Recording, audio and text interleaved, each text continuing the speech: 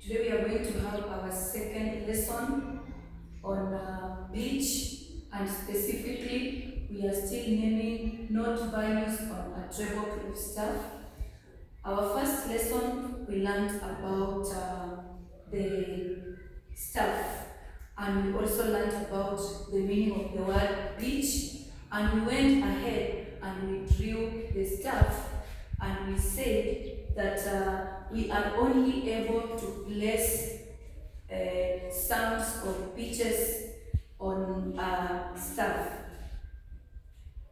So I want you to take note that the staff is meaningless unless we can identify each line and the space. Remember, our lesson is that we need to know how to place the note values on a treble clef staff. So just drawing a staff is not enough.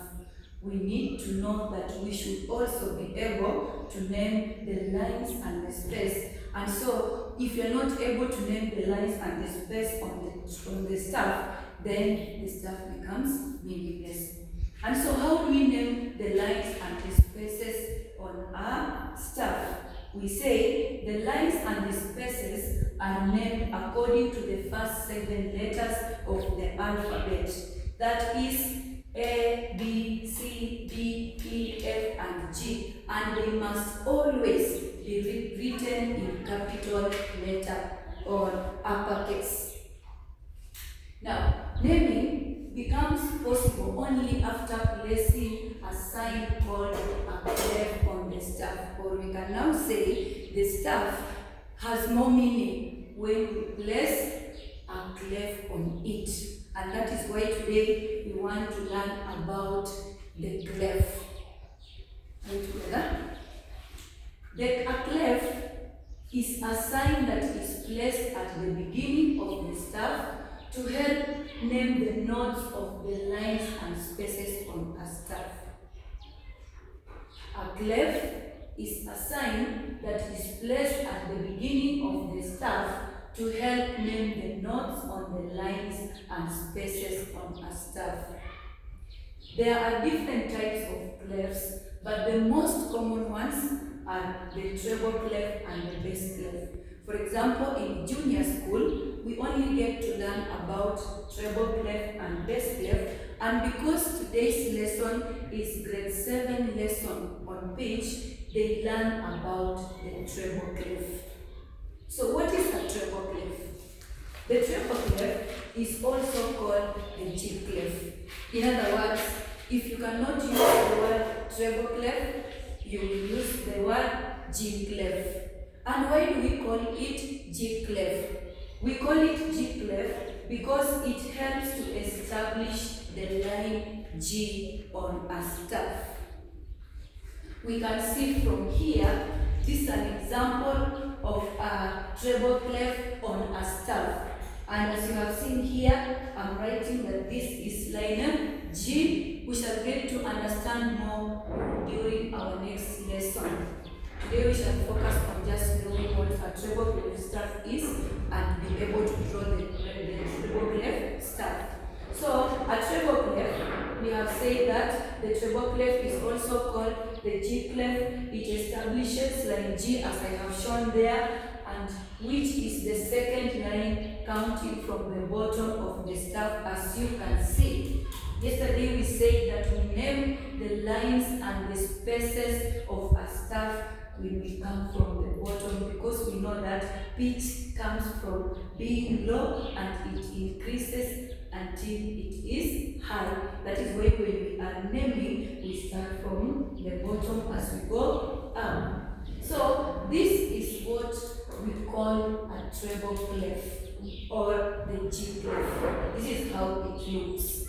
This is the sign of a treble clef or G clef. This is how it looks. So, how do musicians use treble clef? The treble clef is used mostly by the female voices, that is specifically soprano and alto. Also, instruments with female voice range. We have those instruments that when you are playing them, they only produce the voice as if it is a female voice. So also we can use them on the treble clef. And then the boys who have not broken their voices also, when you are writing music, you can use the treble clef to write their music or to assign their music. So what we are seeing here is an example of a treble clef staff. So how do you go about drawing a treble clef staff? The first thing that you need to do is that you will draw the staff. And yesterday we said that the staff is a set of 5 lines and 4 spaces. So we shall draw our 5 lines. As you can see, we have line 1, 2, 3, 4, 5. And we have our spaces also, space 1, 2, 3, and 4. You can refer to my first lesson.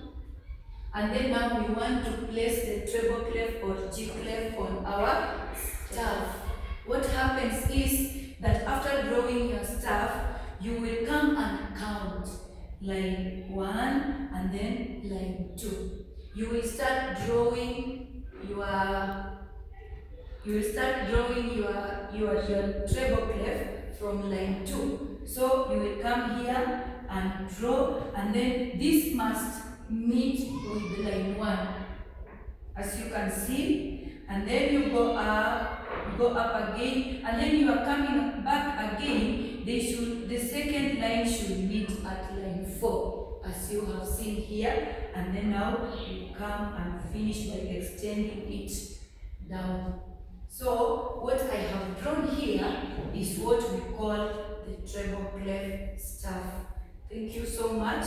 In our next lesson, we shall be learning how now to name the lines and the spaces. Now that we know what a staff is and we know what a treble clef staff is.